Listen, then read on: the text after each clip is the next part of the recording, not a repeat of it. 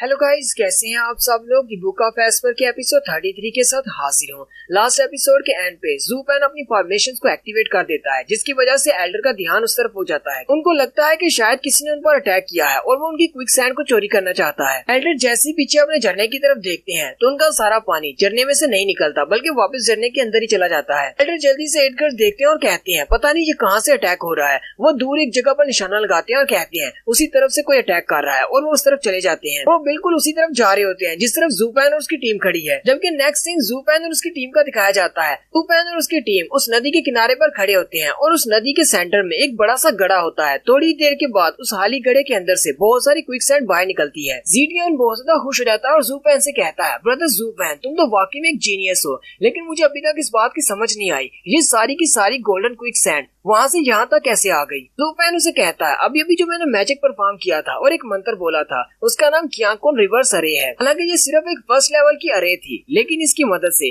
हम पानी के बहाव को उल्टा बहा सकते हैं। मैंने अपनी फॉर्मेशन को यूज करते हुए गोल्डन क्विक सैंड जो कि बहकर उस झरने की तरफ जा रही थी जहाँ पर जोमिक वैली वाले लोग हैं, मैं उसे वहाँ से यहाँ पर ले आया। ज़ीडियन ज़ूपेन की ये बात सुनकर बहुत ज्यादा हैरान हो जाता है और कहता है क्या कोई इस तरह की फॉर्मेशन भी होती है, मुझे तो इस बारे में नहीं पता था। ज़ीडियन फिर से सोचना शुरू कर देता है आखिर ये लड़का है कौन, ये मुझे अपने बारे में क्यों नहीं बता रहा, ये वाकई में किसी रॉयल फैमिली का मेंबर है, वरना इसको इस एंशिएंट फॉर्मेशन के बारे में कैसे पता है और इसने इसको इतनी परफेक्टली कैसे मैनेज कर लिया। ज़ीडियन फिर से ज़ूपेन से कहता है क्या तुम हमारे जिन्हो मेंशन को ज्वाइन करना चाहोगे, हम तुम्हें अपनी फैमिली का हिस्सा बना लेंगे। ज़ाओ निंग भी ये बात सुनकर बहुत ज्यादा हैरान हो जाती है और कहती है क्या तुम वाकई में इसे अपनी 7 फैमिली को ज्वाइन करने की ऑफर कर रहे हो। ज़ूपेन उसे कहता है तुम्हारी ऑफर तो काफी ज्यादा अच्छी है, लेकिन अफसोस की बात यह है क्यानलांग पवेलियन वालों ने भी मुझे सेम ऐसी ही ऑफर दी थी, लेकिन मैंने उनको भी रिजेक्ट कर दिया था क्योंकि मैं अपनी लू फैमिली को बड़ा बनाना चाहता हूँ। इसी वजह से क्यानलांग फैमिली वाले वो मेरे अलाय बनने को तैयार हो गए। ज़ाओ निंग आगे बढ़ती है और ज़ूपेन से कहती है ब्रदर मुझे लगता है तुम कुछ ज्यादा ही लंबी लंबी छोड़ रहे हो। ज़ीडियन ज़ूपेन से कहता है अच्छा ठीक है, जब मैं वापस अपनी फैमिली में जाऊंगा तो मैं तुम्हारे घर पर एक अलायंस का कॉन्ट्रैक्ट बेचूंगा, तुम उसे साइन कर देना,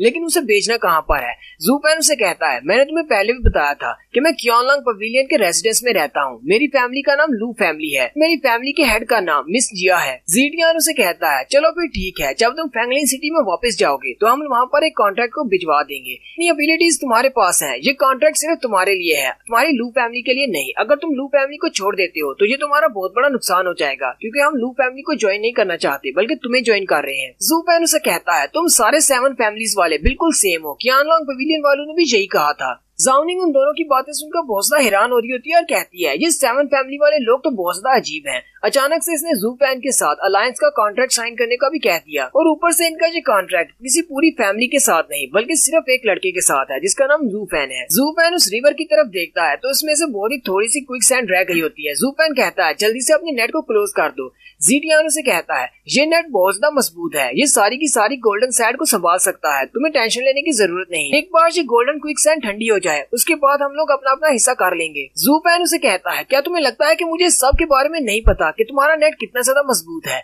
मैं तो बस इसलिए कह रहा हूँ कि जल्दी करो क्योंकि एल्डर इसी तरफ आ रहे हैं। अगर हम लोग यहीं पर टाइम वेस्ट करते रहे तो हम लोग इस सारी गोल्डन क्विक सैंड को लेने के लिए जिंदा नहीं बचेंगे। जंगल के अंदर बहुत सारी जगहों पर सिर्फ लाइट निकल रही है और एक एल्डर को भटकाना इतना भी आसान नहीं है, थोड़ी ही देर में वो एल्डर यहाँ पर आ जाएंगे। ज़ीडियन उसकी बात सुनने के बाद बहुत ज्यादा घबरा जाता है और जल्दी से अपने गोल्डन नेट को बाहर निकाल लेता है और ज़ूपेन से कहता है अब जल्दी से बताओ अब हमें क्या करना है, हम लोग किस तरफ जाएं। ज़ूपेन उसे मजीद आगे जंगल की तरफ इशारा करते हुए कहता है हम लोग उस तरफ जाएंगे। ज़ाओ निंग कहती है क्या हम लोग सेकंड एरिया की तरफ जा रहे हैं।